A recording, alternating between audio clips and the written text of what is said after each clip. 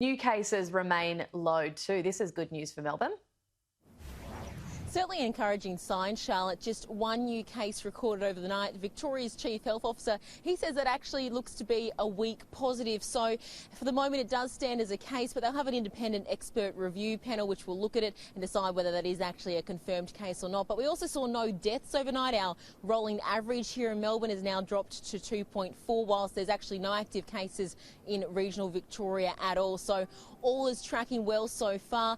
The Chief Health Officer also had actually said that if things do stay as low as they are, there is actually a potential, while it's not our aim, but there's actually a potential for us to eradicate the virus here in Victoria altogether. Elimination may happen by virtue of finding everything that's out there. We're not hanging our hats on that because there could be hidden cases, there could be chains of transmission that just go on without being detected.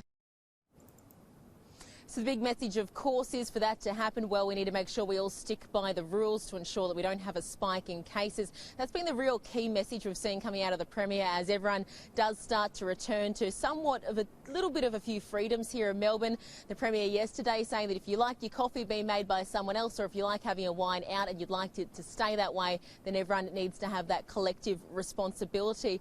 But meanwhile, as we look further ahead, things are on track to have a further easing of restrictions come November 9. That's expected to be announced next weekend, and it will include things like scrapping the 25-kilometre travel limit here in Melbourne, as well as lifting that border that we have between Melbourne and regional Victoria.